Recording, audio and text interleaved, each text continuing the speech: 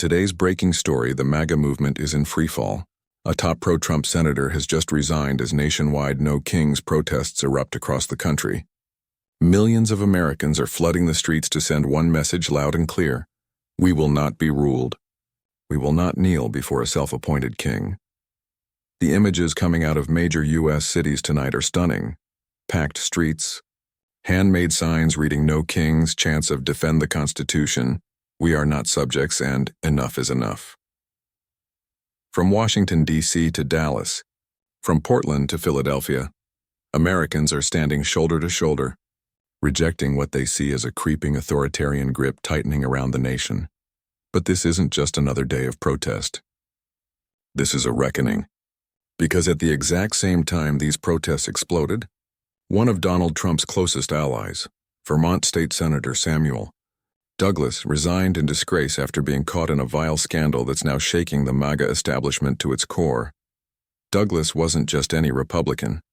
He was one of the loudest voices defending Trump's most controversial actions, from the mass deportation order to the suspension of certain constitutional protections. He was a rising star among hardline conservatives, until today. Because today Politico released nearly 3,000 pages of leaked private messages between Douglas and a network of young, far-right operatives who were plotting to reshape the Republican Party into a permanent Trump-style nationalist movement. What those messages revealed was ugly. Repeated racial slurs, mockery of minorities, conspiracy theories so dark they shocked even other conservatives. And in the middle of it all, Douglas himself making crude remarks about Indian immigrants while his wife chimed in with an anti-Semitic joke. Within hours of the story breaking, the fallout was nuclear. His own party turned on him. His state office was flooded with calls demanding his resignation. Protesters surrounded his home, and within a single day, Samuel Douglas, once a proud MAGA warrior, was gone, another casualty in what's beginning to look like the unraveling of Trump's political empire. But this isn't just about one man's downfall. This moment right now feels different. It's as if the entire country has hit a collective breaking point, because behind the scandal, behind the hashtags and the shouting, there's something much deeper going on. The No Kings movement is more than just a slogan. It's the voice of a nation that's remembering what it was built on, a rejection of tyranny, a rejection of monarchy, and a reminder that in America, power is meant to serve, not to rule. For months, the warning signs have been building. The Trump administration's aggressive crackdown on dissent, students detained for writing critical op-eds, journalists harassed, law firms investigated for defending protesters, federal funds reallocated without congressional approval, inspectors general fired for probing Trump-aligned billionaires, and in a chilling echo of past authoritarian regimes, judges across the political spectrum have begun to sound the alarm. In case after case, from Reagan-era appointees to Trump's own judges, the courts have pushed back, ruling that the president has overstepped the limits of his office, yet the administration keeps defying those rulings. 1 out of every 3, according to recent data. Think about that. 1 in 3 court orders ignored or openly challenged by the executive branch. And yet for Trump's most die-hard followers, this isn't lawlessness, it's loyalty. They've been told that America's institutions are corrupt, that democracy itself is broken, and that only Trump can save it. It's the oldest authoritarian playbook in the world. Convince people that the only way to protect freedom is to destroy the systems that guarantee it. But tonight, on the streets of America, that spell is breaking. You can feel it in the chants. You can see it in the faces of young protesters holding signs quoting the Founding Fathers: "No man is above the law. We the people. No kings." These are not radicals. These are teachers, veterans, nurses, parents, people who love their country enough to demand that it live up to its ideals. And make no mistake, this moment is terrifying for Trump's inner circle. Because the cracks are spreading from the outside in. Samuel Douglas isn't just an isolated scandal. He's a symbol of something bigger, the moral rot that comes when power is worshipped instead of earned. For years, Trump's movement has thrived on deflection. Blame the media, blame immigrants, blame the deep state. But what do you do when the lies start collapsing under their own weight? When your allies turn toxic? When the protests you used to mock are suddenly bigger than your rallies? Inside MAGA world, panic is setting in. Sources close to the former president describe a full-blown crisis mode. Staffers are scrambling to contain the Douglas scandal while trying to downplay the protests sweeping the nation. But the videos are everywhere. Social media is flooded with clips of thousands chanting, "No kings," in front of courthouses, waving American flags upside down. A historic distress signal meaning, nation in danger. Even some conservative voices are beginning to break ranks. A few prominent Republicans have quietly admitted that the movement has gone too far.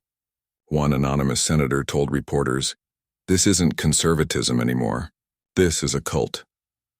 Another said, "If we don't distance ourselves now, we're going to lose the party, and maybe the country." For years, Americans have been told to pick sides, red or blue, left or right. But what's happening now cuts deeper than politics. It's about the soul of democracy itself, because what's unfolding in the streets tonight isn't a liberal protest. It's an American protest. A declaration that the presidency was never meant to be a throne. And that's what makes this moment so powerful. Trump himself once told NBC's Kristen Welker that he wasn't sure if he had to uphold the Constitution. He said it almost as a joke. But to millions of Americans watching, it wasn't funny. It was a confession, the quiet part said out loud. The same man who claimed he loves the Constitution was admitting that he might not follow it if it stood in his way. That's the spark that lit this fire. Because you can't tell a free people that the rule of law is optional. You can't send troops into blue cities, silence dissent, and then expect Americans to sit quietly. Not in a country founded on rebellion against kings. Not in a nation where the first act of freedom was saying no to a crown. And that's what the No Kings protest captures so perfectly. A full-circle moment in history. 2.5 centuries ago, Americans fought a revolution to escape monarchy. Tonight, they're fighting a different kind of revolution. One against the idea that any one man, no matter how rich or loud or powerful, is above the rest of us. And maybe that's why Trump's movement is cracking. You can intimidate institutions. You can stack courts. You can flood social media with propaganda. But you can't stop an idea once it's awake. You can't silence millions of people who've remembered their power. The irony is that Trump built his image on being untouchable, the Teflon Don who could survive any scandal. But power is fragile when it's built on fear instead of respect. Every new revelation, every resignation, every protest peels another layer off that illusion. We've seen this pattern before. Strongmen always think their power is permanent, until the moment it isn't.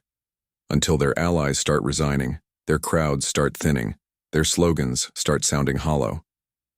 Samuel Douglas thought he was untouchable too, but in the end he fell like the rest, not because of some liberal witch hunt, but because of his own words, his own arrogance, his own belief that loyalty to Trump was more important than decency.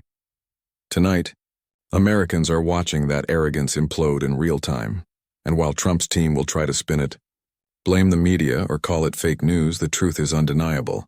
His movement is fracturing. The very people he claimed to empower are walking away. The senators who once defended him are resigning. The young conservatives who saw him as a savior are now disillusioned. History will remember this day, the day when the No Kings movement rose up and reminded America that democracy isn't a spectator sport.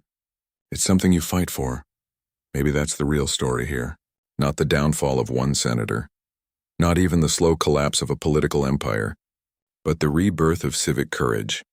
Because when people march in the streets holding signs that say No Kings, they're not just protesting a man. They're reaffirming an idea that America belongs to its people, not to any single leader. That our freedom doesn't depend on the will of one, but the will of all. And that's what terrifies those in power most. So as the sun sets on this day of protest, as headlines flash about resignations and scandals and collapsing movements, remember what this moment means. It's not the end of chaos. It's the beginning of accountability. Because for years, Americans have been told that corruption is too big to fight, that nothing ever changes, that the system is rigged. But tonight, the people proved otherwise. The people showed up. The people made their voices heard. And in a democracy, that's how the story changes. Not with a crown, not with a king, but with a crowd.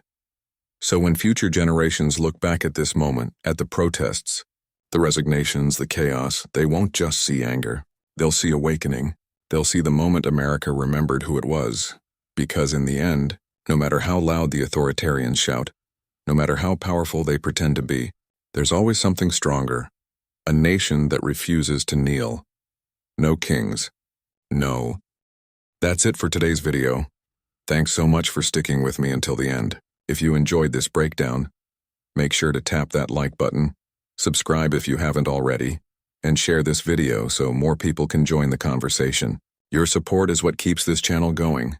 And together we're building a community that looks deeper than the headlines. See you in the next one.